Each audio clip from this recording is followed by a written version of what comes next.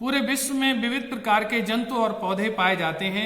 संरचना की दृष्टि से हम देखें तो बहुत सारे जीव ऐसे हैं जिनका शरीर सिर्फ और सिर्फ एक ही कोशिका का बना होता है और जीवन की सारी क्रियाएं जो एक जीव के शरीर में पाई जाती हैं, जैसे श्वसन, पाचन, उत्सर्जन, जनन, ये संपूर्ण कार्य वो एक ही सेल के अंदर कंप्लीट करता है।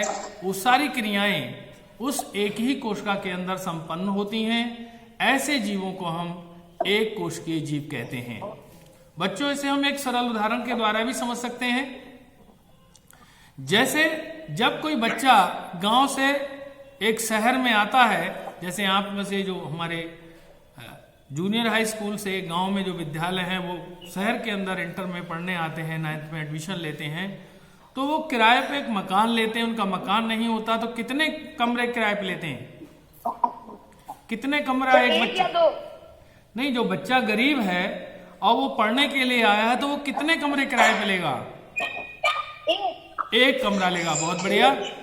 जो ज्यादातर गरीब बच्चे हैं तो आएंगे तो पूरा फ्लैट नहीं ले पाएंगे, महंगा पड़ेगा। एक कमरा लेते हैं और उसी कमरे में जो बच्चे बड़े होते हैं वो कहते हैं इसी एक ही कमरे में वहीं पर वो स्टडी रूम भी है और वहीं पर वो सो भी रहे हैं, वही बेडरूम है, और कोई उनसे मिलने आ जाता है तो गेस्ट रूम भी वही है, और एक कोने में वहीं पर रख के अपने बर्तन भी धो लेते हैं। और जब बच्चे बड़े हो जाते हैं तो मकान मालिक कह देता अंदर नहीं आओगे, उसी कमरे में नहाए भी लो। तो इस तरह से वो अपने सारे कार्य उसी एक कमरे में कर रहा है। और लेकिन जब वो पढ़ लिख कर उसकी मैरिज हो जाती है, शादी हो जाती है, तो वो कितने कमरे ले लेता है? फिर वो चाहेगा एक है 2 कमरे या 3 कमरे का फ्लैट ले लेता है। और वो नहीं चाहता उसकी पत्नी के सामने कोई आए मिलने तो भाई उनकी पत्नी से सीधे मिले। क्यों भाई? पहले कहाँ बैठे वो? बैठक में बैठे, हाँ, गेस्ट रूम में बैठे। तो आपके जो है सोने का अलग कमरा है, मेहमानों के लिए अलग कमरा है, नहाने के लिए बाथरूम है, खाना बनाने के लिए किचन है। आपस में बात नहीं, केवल सुन ले कहानी। मैंक जी जो है अपना माइक बंद कर लें, जिसका भी माइक खुला है। आप ध्यान से सुनेंगे तब कहानी अच्छी लगेगी और बाद में हम आपको मौका देंगे, अगर कोई जिज्ञासा है तो पूछ सकते हो। दीपक जी अपना माइक बंद कर लें। तो जब वो बताया शादी हो जाती है, नौकरी लग जाती है, तो वो एक कमरे में काम नहीं चलाता, फिर कई कमरे लेता है, कई कमरे का मकान लेता है और फिर अलग अलग काम करने के लिए अलग अलग कमरा होता है। जैसे उदाहरण के लिए खाना बनाने के लिए जो कमरा होता है उसे क्या कह देते हैं? किचन। ऐसे ही नहाने वाले कमरे को क्या कह देते हैं? बाथरूम। एक सामान रखने के लिए एक अलग स्टोर बना देते हैं, उसे कह देते हैं स्टोर रूम। सोने के लिए कौन सा कमरा हो जाता है? बेडरूम। मेहमानों के लिए। तो आप देख रहे हो जब वो गांव से आया था, जब अपनी सरल अवस्था में था, उसके पास साधन नहीं थे, वो विकसित नहीं था, डेवलप नहीं कर पाया, तब उसने कितने कमरे में काम चलाया? एक। लेकिन जैसे उसने पढ़ाई लिखाई करी, तरक्की करी, उसमें थोड़ा विकास हो गया तो कितने कमरे ले लिए? अब किसी ने 2, किसी ने 3, हो सकता है अब वो और बड़ा आदमी हो जाए, उसके बच्चे हो गए। अब मान लीजिए उसके शादी के बाद बच्चे हो गए, तब और उनकी डिमांड हो गई, तो वो बच्चों के लिए अलग अलग कमरे हो गए, उनकी सैलरी बढ़ी, उनकी इनकम बढ़ी, उनका विकास और हुआ, तो उन्हें और ज्यादा कमरे बना लिए, पूरा डबल स्टोरी बना लिया, उसमें भी कमरे हो गए और उन कमरों में अलग अलग काम करने लगे। अब एक ऐसा कमरा बना लिया जिसमें बच्चों के गेम्स का सामान रख दिया। तो इस तरह से जैसे जैसे व्यक्ति विकसित होता जाता है, काम करने के लिए जो कमरों की संख्या है वो बढ़ती जाती है। ठीक इसी प्रकार जब धरती पर जीव बने थे तो पहले एक कोष के जीव बने, और वो एक कोष के जीव पहले एक ही कोशिका में जीवन की सारी क्रियाएं कर रहे थे, जैसे श्वसन, पाचन, उत्सर्जन, जनन। लेकिन जैसे जैसे उन जीवों में विकास होता गया है, उनके अंदर भी कोशिकाएं, फिर बाद में पहले एक कोशिका के अंदर सारे कार्य हो रहे थे, बाद में कोशिकाओं का एक समूह बन गया जिसे ऊतक कहा। अब वो एक प्रकार का ऊतक एक विशेष कार्य कर रहा है, और बाद में ऊतकों का समूह मिला और एक अंग बनाया, और एक पूरा का पूरा अंग अब एक कार्य कर रहा है, और एक अंग कई एक अंग मिल गए तो एक अंग तंत्र बन गया। अब पूरा का पूरा अंग तंत्र एक कार्य कर रहा है और बहुत सारे अंग तंत्र मिलकर शरीर में कई एक कार्य करते हैं और इस तरह से पूरे शरीर का निर्माण होता है। तो जैसे जैसे जीव का विकास होता है वैसे वैसे उसकी शारीरिक संरचना भी जटिलता की ओर बढ़ती चली जाती है। प्यारे बच्चों, दुनिया में बहुत सारे ऐसे जीव हैं जो सरल हैं, जिनकी संरचना एक ही कोशिका की बनी होती है और जीवन की सारी क्रियाएं जिन्हें हमारे शरीर में करने के लिए अलग अलग अंग तंत्र होते हैं, वह एक सरल एक कोश के जीव में सारी की सारी क्रियाएं उसी एक कोशिका के अंदर संपन्न होती हैं। आज हम जानेंगे कौन कौन से जीव एक कोश के होते हैं। हमने कल जानकारी ली अमीबा, पैरामीशियम। इसमें अमीबा का आकार अनियमित था और पैरामीशियम का आकार चप्पलाकार, चप्पल की तली के आकार का। और जो बहुकोशिकीय जीव हैं उनके शरीर के अलग अलग अंगों में जो पाई जाने वाली कोशिकाएं हैं उनके आकार प्रकार में भी विविधता देखने को मिलती है। कुछ कोशिकाएं वो गोल हो सकती हैं, कुछ घनाकार हो सकती हैं, कुछ अनियमित आकार की भी होती हैं और इस तरह से इन कोशिकाओं में हमें काफी विविधता देखने को मिलती है। आपकी किताब में चित्र 6.2 पर विविध आकार प्रकार की कोशिकाएं दिखाई गई हैं। बच्चों, कल हमने ये भी जाना था कि कुछ इन्हें भी जानो एक बॉक्स बताया था, तो आपसे पूछना चाहेंगे इस धरती पर अभी तक सबसे बड़ी कोशिका की किसे माना जाता है? शुतुरमुर्ग का अंडा कितना बड़ा होता है? कितना बड़ा होता है? शुतुरमुर्ग का अंडा लगभग कितना बड़ा होता है?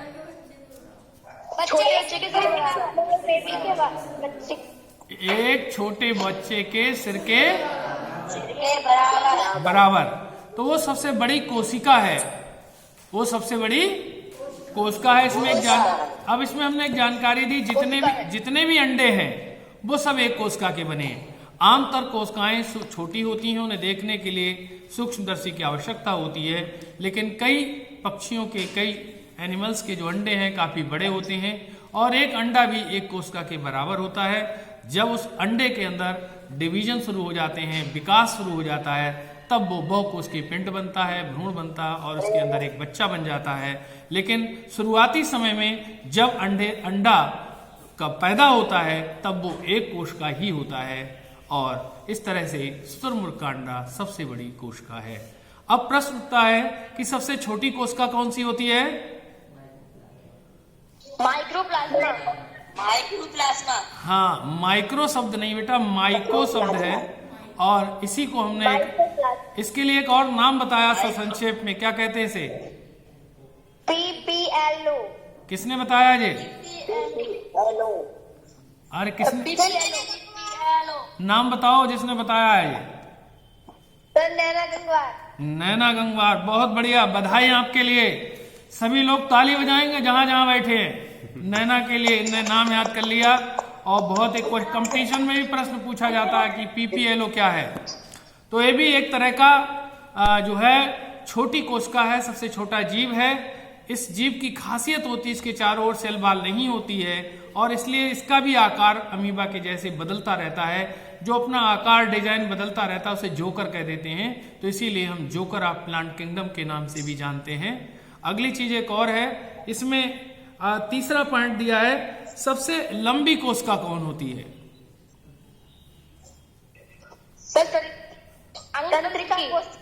तंत्रिका कोशिका। बहुत सुंदर जवाब। हाँ, तंत्रिका अंग तंत्र की कोशिका या हमारे शरीर में जो तंत्रिका तंत्र होता है। बच्चों, तंत्रिका तंत्र क्या होता है? अगर आपसे कोई प्रश्न कर दे तो आप बता सकते हैं कि जिससे हमें दर्द का एहसास होता है। आपके शरीर में कोई चीज काटे, चुभे तो आप दर्द महसूस करते हो, तो जिससे आपको सेंसेशन होता है, आपको कुछ पता लगता है, ठंडा गर्म पता लगता है, आपको दर्द का एहसास होता है, वो इस बात का एहसास कराने का जो तंत्र है उसी का नाम है तंत्रिका तंत्र।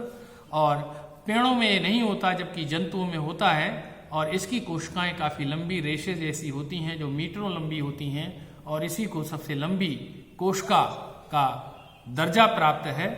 तो इस प्रकार ये कुछ रोचक जानकारियां थी जो आपको याद करनी थी। और आज हम पढ़ेंगे कोशिका की संरचना। तो बच्चों, आप अपनी किताब खोल लें, पेज नंबर 59 ओपन करें।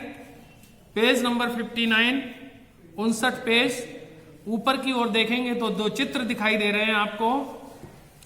एक ओर लिखा है पादप कोशिका, दूसरी ओर लिखा है जंतु कोशिका। पादप कोशिका और जंतु कोशिका में हमने कुछ अंतर की बात कही थी जो कल हम लोग बात कर रहे थे। अब इसी में हम आज 6.3 प्रमुख कोशिकांग और उनके कार्य के बारे में आज थोड़ा सा हम जानकारी sir good morning. Good morning. अब हो गई गुड मॉर्निंग बेटा, अब अपनी पढ़ाई शुरू कर दें। जो जहां भी हैं सभी के लिए गुड गुड मॉर्निंग। और अब अपनी किताब को खोलें और वहां से समझने की कोशिश करें। इसमें प्रमुख कोशिकांग चित्र दिया है पादप कोशिका, जंतु कोशिका। बच्चों जैसे नाम से स्पष्ट है, शरीर के अंगों को शरीरांग कहते हैं, ऐसे कोशिका के अंगों को हम कोशिकांग कहते हैं। और इस प्रकार इसमें कौन कौन से कोशिकाओं के अंदर कोशिकांग होते हैं और उनके क्या कार्य हैं, तो ये इसमें दिया गया है। आज हमारा ये अगला चर्चा का विषय रहेगा कि प्रमुख कोशिकांग कौन से होते हैं और इनके क्या कार्य होते हैं। तो किताब जरूर खोल लें, उसी को हम आगे प्रोसीड करेंगे ताकि हम अपने टॉपिक पर ही रहें। बच्चों जो आपने किताब देखी थी, इसमें जो चित्र बना है, तो इसमें एक कहीं पर चित्र में दिखाया होगा कोशिका झिल्ली, दिख रहा है? कोशिका झिल्ली, चाहे कोई भी कोशिका हो, चाहे जंतु कोशिका हो, चाहे पादप कोशिका हो, उन सभी कोशिकाओं के चारों ओर एक झिल्ली पाई जाती है। इस झिल्ली को हम कोशिका झिल्ली कहते हैं। देखिए, जो जिसके चारों ओर, किसी के भी चारों ओर कोई झिल्ली है तो उसी के आधार पर उसका नाम पड़ जाता है। जैसे केंद्रक के ओर पाए जाने वाली झिल्ली केंद्रक झिल्ली, कोशिका के चारों ओर पाई जाने वाली झिल्ली कोशिका झिल्ली। तो कोशिका के चारों ओर एक झिल्ली होती है, इसका नाम है कोशिका झिल्ली। इससे कोशिका नहीं, आप केवल अभी सुने, जब हमसे आपसे प्रश्न करने को कहें तब कहेंगे। सारी हमारा प्रश्न अभी जंतु पादप का नहीं, हम केवल ये कह रहे हैं सारी कोशिकाओं के चारों ओर एक झिल्ली होती है जिसका नाम क्या है? कोशिका झिल्ली। अब अगली बात आती है कि इस कोशिका झिल्ली का कार्य क्या है। तो कोशिकाओं के अंदर और बाहर बहुत से पदार्थों का आदान प्रदान होता रहता है। इसके लिए जो जिम्मेदारी होती है वो कोशिका झिल्ली की होती है। इसके अंदर भी छोटे छोटे पोर्स होते हैं जिससे कुछ पदार्थ इसके अंदर जो जरूरत होती है वो अंदर जाते हैं और जिनकी जरूरत नहीं होती है वो बाहर चले जाते हैं। तो इस प्रकार कोशिका झिल्ली हमें, जो कोशिका है, उसको एक शेप प्रदान कर रही है और उसके अंदर और बाहर पदार्थों के आदान प्रदान में मदद करती है। ऐसा इसमें मौजूद पोर्स के द्वारा होता है, छिद्रों के द्वारा होता है। अगली चीज है कोशिका भित्ति। आप अगर चित्र में देखें तो पादप कोशिका में कोशिका झिल्ली के बाहर भी एक भित्ति है और इस भित्ति का नाम है कोशिका भित्ति। अंग्रेजी में से सेल वॉल कहते हैं। क्या कहते हैं बच्चों? Cell wall. कोशिका झिल्ली के बाहर की ओर पादप कोशिकाओं में एक मोटी भित्ति पाई जाती है, एक मोटी परत पाई जाती है। इस परत को हम कोशिका भित्ति कहते हैं, जो सिर्फ और सिर्फ पादप कोशिकाओं में ही पाई जाती है, जबकि जंतु कोशिकाओं में अनुपस्थित होती है। कोशिका भित्ति एक मजबूत दृढ़ संरचना होती है जो कोशिका की रक्षा करती है। बच्चों, आपने कभी सोचा ऐसा क्यों होता है? पादपों की ओर एक मोटी कोशिका भित्ति क्यों है, जंतु कोशिका में क्यों नहीं है? ऊपर वाले ने हमारे साथ ऐसा सौतेला व्यवहार क्यों किया? तो आप जरा सुने बात के लिए। आपने देखा होगा जब तेज धूप पड़ती है, बरसात होती है, आंधी आती है, विपरीत मौसम होता है, बर्फ पड़ रही होती है, तो पौधे क्या चल के घर में घुसते हैं? बताओ। और हमें अगर हवा चली तो कहाँ घुस जाते हैं? सारे जीव जंतु अपने अपने आश्रय स्थल में, सांप है बिल में घुस जाएगा, हम अपने घर में चले जाते हैं। तो उन चीजों से निपटने के लिए उनके अंदर ऐसी कोई टैक्टिस नहीं है। तो उन तमाम प्राकृतिक आपदाओं को वो सहते हैं और इसलिए उनकी रक्षा के लिए ऊपर वाले ने एक कठोर मोटा दीवार जैसा मजबूत आवरण चढ़ा दिया है और ये इसकी सुरक्षा करती है, जिसे हम कोशिका भित्ति कहते हैं। बच्चों, कभी कभी प्रश्न आ जाता है, कोई पूछ लेता है कोशिका भित्ति किस पदार्थ की बनी होती है, तो उत्तर होगा कौन बताएगा? कोशिका भित्ति किस पदार्थ की बनी होती है? Cell wall is made up of cellulose. Note कर लें, सेल्यूलोज, हिंदी में लिख लो सेल्यूलोज। काहे की बनी होती है? सेल्यूलोज। तीसरा हेडिंग किताब में देखें बच्चों क्या है? केंद्रक। दिखाई दे रहा है? किताब में तीसरा हेडिंग देखिए, प्रमुख कोशिकांग में तीसरा नाम क्या है? केंद्रक। इस केंद्रक में देखें, अगर आप चित्र में कोशिका का चित्र देखेंगे तो पादप कोशिका में केंद्रक एक किनारे की ओर है, परिधि की ओर है, बीच में रिक्तका बन गई है। बच्चों आवाज आ रही है, आवाज आप ना करें। जिसका माइक खुला हुआ है कृपया माइक बंद कर लें और बीच में ना पूछें, हमारी बात खत्म हो जाए तब आप पूछ लीजिए, और अभी ध्यान दीजिए नहीं तो वो छूट जाएगी अगली चीज। तीसरे हेडिंग पर ध्यान दें और जो हम कह रहे हैं उसे किताब के अनुसार देखें। थोड़ी देर में बात कर लेंगे। तो इसमें केंद्रक जो है, अगर हम देखें पादप कोशिका में तो एक किनारे की ओर है। ऐसा क्यों हुआ? क्योंकि पादप कोशिका में बड़ी बड़ी रिक्तकाएं बन जाती हैं, जिससे केंद्रक जो है एक किनारे की ओर पहुंच जाता है, परिधि की ओर पहुंच जाता है, जबकि जंतु कोशिका में जो केंद्रक है वो बीच में है। दिखाई दे रहा बच्चों? तो ये बहुत ही महत्वपूर्ण कोशिका का अंग है, और जिस तरह से हमारे शरीर में दिमाग का कार्य है उसी तरीके से कोशिका के अंदर जो है केंद्रक दिमाग के जैसे कार्य करता है। जैसे हमारे शरीर पर किसका नियंत्रण रहता है? दिमाग का। ऐसे ही कोशिका के अंदर जितने भी कार्य होते हैं, कोशिका की वृद्धि, विभाजन या कोशिका की रचना, और जितने भी कोशिका के अंदर कार्य होते हैं, इन तमाम कार्यों का नियंत्रण केंद्रक ही करता है। तो इस प्रकार केंद्रक कोशिका का एक महत्वपूर्ण अंग है और जो कोशिका के अंदर होने वाली समस्त गतिविधियों पर नियंत्रण रखता है। बच्चों, बहुत सारी कोशिकाएं ऐसी भी होती हैं जिनके अंदर केवल एक ही केंद्रक होता है। ऐसी कोशिकाओं को हम एक केंद्रकीय कोशिकाएं कहते हैं। यदि एक कोशिका में दो केंद्रक हैं तो ऐसी कोशिका को क्या कहेंगे? द्विकेंद्रकीय कोशिका। और कुछ कोशिकाएं ऐसी भी होती हैं जिनमें दो से ज्यादा भी केंद्रक होते हैं, तो ऐसी कोशिकाओं को हम कह देते हैं बहुकेंद्रकीय कोशिकाएं। ऐसा कुछ लोअर प्लांट्स में हमें देखने को मिलता है। अगली चीज है, इसमें हम ध्यान से देखें तो अगला हमारा जो कोशिकांग का नाम दिया है उसका नाम है कोशिका द्रव्य। क्या नाम दिया बच्चों? किसी भी तरल के लिए हम द्रव्य कह देते हैं किसी तरल के लिए। तो कोशिका के अंदर भी एक पानी जैसी तरल पदार्थ भरा रहता है। इस कोशिका के अंदर भरे तरल पदार्थ का ही नाम है कोशिका द्रव्य। बच्चों, इसे अंग्रेजी में हम साइटोप्लाज्म कहते हैं। क्या कहते हैं?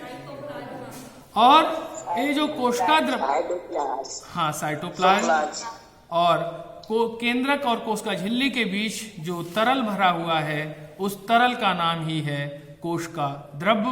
और इसी कोशिका द्रव्य में बहुत सारे अंग पड़े रहते हैं जिन्हें हम कोशिकांग कहते हैं। जैसे नाम है जिन्हें दिया माइटोकॉन्ड्रिया, गाल्गी गिवाय और हरित लवक। ये आप इस चित्र में देख भी सकते हैं। ये सबसे ऊपर लिखा है हरित लवक, फिर लिखा है माइटोकॉन्ड्रिया और गाल्गी बॉडी। ये तमाम कोशिकांग इसी कोशिका द्रव्य में, ऐसे समझ लिए पानी में पड़े हुए हैं, डूबे हुए हैं, और इसी अवस्था में ये कार्य करते हैं। अगले कोशिकांग का नाम है माइटोकॉन्ड्रिया। क्या नाम है? माइटोकॉन्ड्रिया। बहुत, हाँ, कोशिका का बहुत ही महत्वपूर्ण अंग है। इसका नाम बोलने में थोड़ा कठिन लग रहा होगा। अंग्रेजी में से माइटोकॉन्ड्रिया को कुछ बच्चे माइटोचॉन्ड्रिया भी पढ़ते हैं, क्योंकि स्पेलिंग होती है MITOCHONDRIA। तो लेकिन उसे पढ़ेंगे क्या? माइटोकॉन्ड्रिया। माइटोकॉन्ड्रिया कोशिका का एक बहुत ही महत्वपूर्ण कोशिकांग है। इसको हम कोशिका का पावर हाउस भी कहते हैं या कोशिका का ऊर्जा घर भी कहते हैं। जैसा कि इसके नाम से स्पष्ट है, पावर हाउस है, ऊर्जा घर है, क्योंकि इसमें श्वसन क्रिया के द्वारा ऊर्जा पैदा होती है। कोशिका के अंदर जो भोजन जाता है, ऑक्सीजन जाती है, वो इस माइटोकॉन्ड्रिया के द्वारा ही उसे ऊर्जा में परिवर्तित कर दिया जाता है और ये ऊर्जा ये माइटोकॉन्ड्रिया के अंदर संचित कर ली जाती है, स्टोर कर ली जाती है। जैसे हमने एक कल उदाहरण दिया था, जब घर में बिजली आ रही है तो इस बिजली को जब आ रही है तो हम एक मशीन के द्वारा बैटरी के अंदर स्टोर कर लेते हैं, करते हैं बिजली वाले बैटरी में। उस मशीन का क्या नाम है? इन्वर्टर। क्या नाम है? तो ऐसे ही जब बिजली नहीं आ रही होती तो वो इन्वर्टर बिजली बनाने का काम करता है। ऐसे हम हर समय खाना नहीं खाते हैं, ऊर्जा के लिए भोजन की जरूरत है। जब हम खाना खा रहे हैं तब उस समय तो ऊर्जा मिलेगी, लेकिन जब हर समय खाना नहीं खा रहे हैं तो उस समय ऊर्जा हमारे शरीर को कैसे मिलती है? तब हमारी कोशिकाओं के अंदर यही माइटोकॉन्ड्रिया हमें ऊर्जा देने का कार्य करते हैं। इसीलिए हमने इसे कोशिका का पावर हाउस कहा है। बहुत ही महत्वपूर्ण जानकारी। इसके बाद में अगला जो कोशिकांग है इसका नाम है हरित लवक। बच्चों, पौधों का रंग प्रायः हरा होता है, पत्तियों का रंग हरा होता है। ऐसा क्यों होता है? तो ये कल हमने बताया था, क्लोरोफिल के कारण। क्लोरोफिल के कारण। और क्लोरोफिल किसके अंदर होता है? वो होता है क्लोरोप्लास्ट में। क्लोरोप्लास्ट को हिंदी में हरित लवक कहते हैं और हरित लवक हरे पौधों में मौजूद रहता है। इसकी वजह से ही जो हरे पौधे हैं वो प्रकाश संश्लेषण की क्रिया करते हैं और सूर्य के प्रकाश में अपना भोजन स्वयं बना लेते हैं और इसीलिए पौधे स्वपोषी कहलाते हैं। हरित लवक का यही प्रमुख कार्य है, प्रकाश संश्लेषण के द्वारा भोजन बनाना। पौधे जो भोजन बनाते हैं, इसी भोजन पर सारे के सारे जंतु निर्भर रहते हैं। तो पौधा अपने शरीर का भी विकास इसी भोजन से करता है और सारे के सारे जंतु भी पौधों के द्वारा बनाए गए इस भोजन पर ही निर्भर रहते हैं। तो ऐसा महत्वपूर्ण कार्य भोजन बनाने का कार्य करने वाले कोशिकांग का नाम है हरित लवक, जो सिर्फ और सिर्फ पौधों में ही पाया जाता है, जंतुओं में नहीं। लेकिन एक जंतु ऐसा भी है जिसमें हरित लवक होता है। आपसे कोई प्रश्न कर दे वो कौन सा जंतु है, तो उत्तर होगा युगलीना। बच्चे नोट कर लें, वो कौन सा जंतु है। आपसे कोई प्रश्न करे जिसमें हरित लवक पाया जाता है तो उत्तर क्या होगा? युगलीना। तो वो कौन सा जंतु है जिसमें हरित लवक पाया जाता है? युगलीना। जरा नाम बोलो जरा, युगलीना। जोर से बोलो, युगलीना बोलो। योगलीना, युगलीना, युगलीना, युगलीना 4 बार कहो। योगलीना, युगलीना, युगलीना। अरे लीना कहो, पहले कहो लीना, लीना, लीना, लीना कहो, लीना, लीना, लीना। युगलीना। क्या लीना? युगलीना। लीना, लीना, लीना।